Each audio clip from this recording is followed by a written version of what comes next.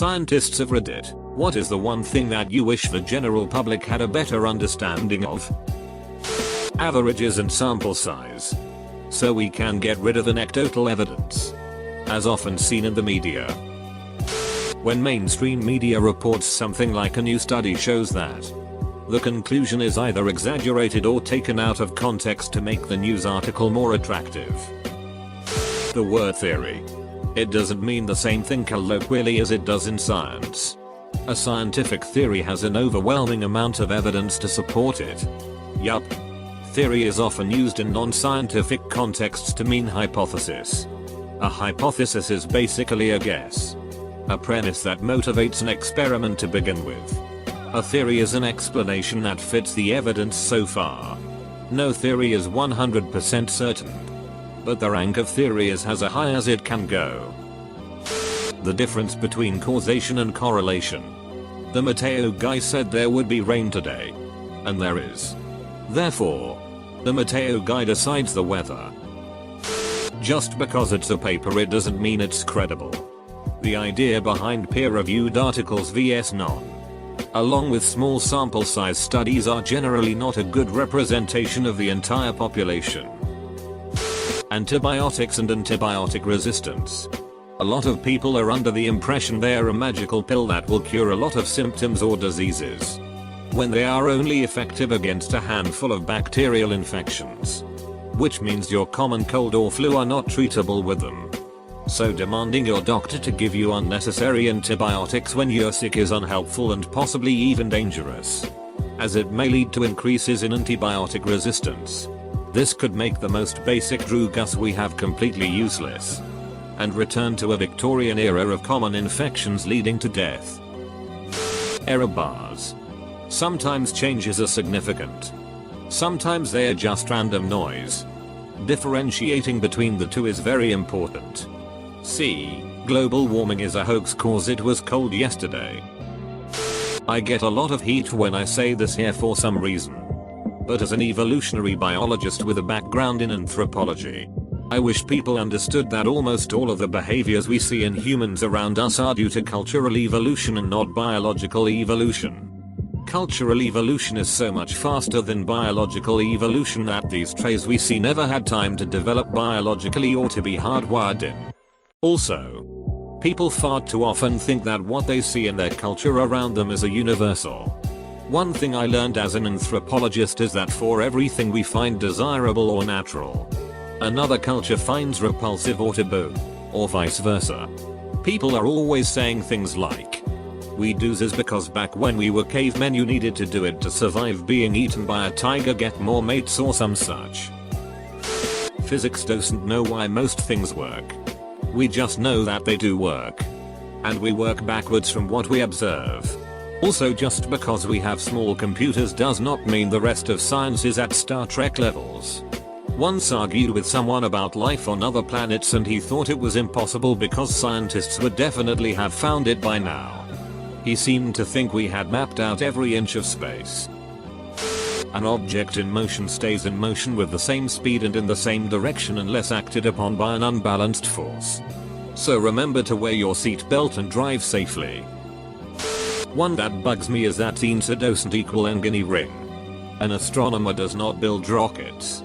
An aerospace engineer doesn't study expansion of the universe. Both are awesome, but they are fundamentally different. Genetically modified foods. It is not what you think. I hate how people use GMO like it's some specific class of object instead of a ridiculously broad class of technologies. Wanting to get rid of GMO is like wanting to get rid of chemistry or machine tools. Saying this product was made using GMO technology is literally the same as saying this product was made using CNC technology. It's a statement that delivers exactly zero useful information to the consumer. Be critical, skeptical, and don't just get drawn by some news or blog article saying new study shows this. Chances are the writer of the article isn't a content expert in that scientific topic and will be interpreting them in a way to increase views. Climate change. I've heard so many people say climate change isn't real. Like, yes, it is, the climate is changing, that's what climate change is. The people who say that really are trying to argue the causes of climate change. And just to be clear, scientists are very confident that the primary cause of the observed warming of the Earth is human activity through the release of greenhouse gases. How to read articles. Hear me out. There are lots of scientific journals out there today, but some of them can be affiliated with companies that wishes to have the study results concluded in their favor. Thus this nullifies any results published due to company influence to skew the data and mythology. Some scientists are even being influenced to publish data that are skewed, causing false conclusions. That just because they hated math in middle school does not mean they cannot understand math or math is bad.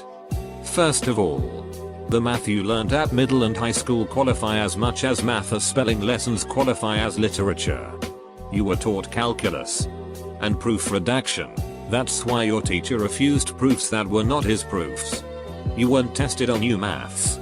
You were tested on proof redaction, which are useful, but probably the most boring part of math. Second, I will use an anecdote. Sometimes video games need to do some huge and quick computation, and if they use the standard way of doing it, it will take way too long. However, it finds out that the most efficient part of your computer is the graphic card. So they hack the graphic card to make computation that had nothing to do with graphics. Math is something similar for humans. Humans are not naturally able to deal mathematical abstraction. However, the brain has the computation power to do so. You just have to train your brain to do it. That's why people that are good in math see the solution. They are literally using part of their brain that were not made for math in order to do math. So they can see it as mental image. Of course, I'm not saying they are hallucinating. And that's also why teaching math is difficult. Because everybody's brain is different. So it is normal to fail at math if things are not explained on an adequate way for you. To understand them, you have to change the way you learn them. Until you find one that works for you.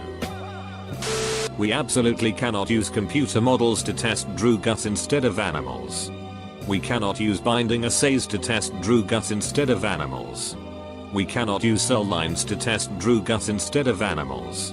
We absolutely do other methods before larger animal studies, and we have to justify the number of animals we use for everything. We cannot just use one kind of animal because no animal is enough like us for that to be sufficient. But I almost never say that to people because what they hear is animal testing is useless. This goes for all kinds of scientific studies. 2. I understand all of this is said with good intentions by people who do not understand how complex even the simplest biological process actually is, or how little we know about it so far. Or by people who ideologically do not care if we advance medicine. Fine. People believe whatever they want. But maybe don't leave stupid comments about how we should test Drew guts on prisoners instead. Almost every time I see these comments, it's from people who eat meat who have discovered that some research involves cute animals. Applied scientist here, engineer. Science is not a belief system. Attempting to dismiss something studied and supported using science by saying, well, I just believe something different. How can you expect me to respect your beliefs if you won't respect mine isn't valid? Further, science should never set out to prove something is true. It should only find out what is supported by evidence. Even if it's contrary to your hypothesis, and possibly desires.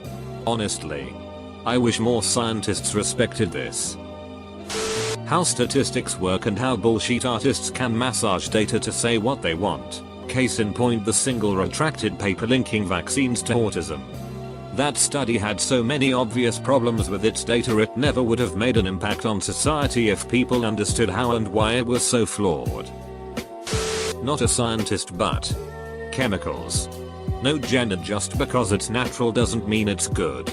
Just because the drug is synthetic it's not gonna heal you. Also, for duck's sake, vaccinate your kids. This isn't even excusable at not being able to find information. Just go online and find a duck ton of studies that show vaccines don't cause autism. Like you can't even develop autism, so how the duck do you think vaccines do that shit? Certainty. Scientists are the type of person who do not like saying they are 100% certain of anything. We've been hurt too many times before. So if a scientist says I'm 99.9% sure it will work, another scientist hears this is worth betting on working. But we live in a universe where there's always a chance of failure, but a non-scientist hears this isn't something that's absolutely proven and therefore isn't always true.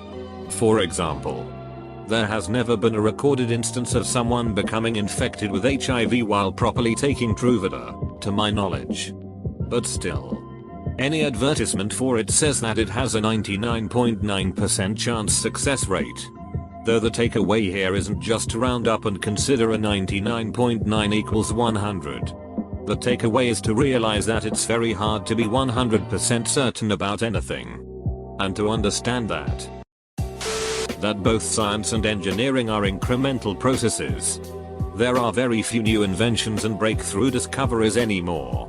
Just the slow, steady progression of new insights and developments over old ones. Advances are made by huge teams of scientists, engineers and supporting workers in corporations, government agencies and non-profit foundations. Not by lone geniuses working in their garages. And this is a good thing. This is what happens when you get billions of literate people. Hundreds of millions of them with university degrees. And give them access to unprecedented communication and record-keeping technology. It's not about genius supermen anymore. I am an undergraduate researcher, which is several steps below a scientist. However, I have had the opportunity to learn a great deal about the nuclear power industry of late. Our society is completely ignoring a viable option to solve the entire energy crisis. Why? One word. Chernobyl. That story is really just an example of what happens when you hand control of a perfectly safe nuclear reactor over to a bunch of Kremlin experimentalist monkeys. They ignored all standard protocol and ducked everything up. Nuclear power, in the absence of idiots, is extremely stable and completely safe. There are 100 nuclear reactors, and they provide 20% of our power grid. That is an amazing fact. Our society is guzzling fossil fuels at a rate that the environment cannot possibly support. And rather than transition to a clean, safe alternative, we start fracking the shit out of our homeland. In 40 years when nuclear power takes over by necessity. Don't complain to me about gas prices for your stupid petrol guzzling machines. That there isn't a clear answer to many questions. I'm working in a field which is quite relevant to many people, epidemiology, and my colleagues and I get lots of questions from people, be it personal friends or the media. Often the answer is well, it depends, but people are so unhappy about that. And even if there is a causal association, they are usually not deterministic. People want easy answers. But things are complicated. Statistics. I'm a psych PhD student. And every year without fail, some student will try to refute what I say by telling me a story about their best friend's cousin's estranged grandmother that is exactly the opposite of what I'm saying. So the whole science must be bunk. It's called an outlier. As an immunologist, I wish people would realize that something posted on a quack's website Facebook page isn't necessarily true, ethical or scientifically valid. Peer-reviewed journals are the culmination of years of meticulous, well-performed research of which the results and methodology are constantly reviewed and replicated, yet these publications are somehow trusted less by non-scientists. If you count linguistics as a science, I wish people understood that non-standard dialects are just as well formed as standard X, standard English, French, Japanese, etc. Far too often people draw false conclusions about a person's education and capability because they speak a non-standard dialect. They'll even do it with accents. The ironic thing is the people who draw these conclusions about non-standard dialect speakers are doing so out of ignorance. Not all bacteria are bad. We rely on many bacteria in order to stay alive. I used to volunteer at a science museum located in a more conservative state, where I would do interactive activities with children. As a microbiologist, I usually chose the activities that involved engineering bacteria to solve a problem. Most children would come up to me with the notion that all germs are bad and their parents would be even more apprehensive. Especially when I would explain that these methods are being used today, that is, synthetic meats. That's not to say that there aren't bad bacteria, that is, MRSA, but it's way too simple to say that all bacteria are bad, and it's kind of frustrating. What science discussions are like between colleagues, including what conferences and peer review are like. I've seen a lot of comments where people seem to think scientists all just agree with each other because it's an echo chamber. But that's not what it's like at all. Scientists are nitpicky and love to try to tear each other's work to shreds. That's how we make the science better. It's not about just patting each other on the back. It's about exposing a work's weaknesses. Conferences are mostly fights, not praise, lol. So the reason people haven't dismantled a highly held view is not because scientists need an outside perspective. If there is an obvious weakness in someone's work, a scientist would have already pointed it out. Scientists love proving people wrong. Of course, sometimes scientists are wrong, and with big things. But that's just because the clues were all pointing in one direction, not because scientists refuse to look at other clues. The concept of evolution is wholly lost on the majority of the population. So many people seem to think that there is a roadmap to an endpoint. It's much more complex and stupider than that. For example, eyes have evolved many times, which is why there are different forms and structures of the eye. Basic understanding of mental disorders. It's still a surprise when people confuse schizophrenia with multiple personality disorder. Especially with how common schizophrenia is compared to the few case studies that have been done on MPD.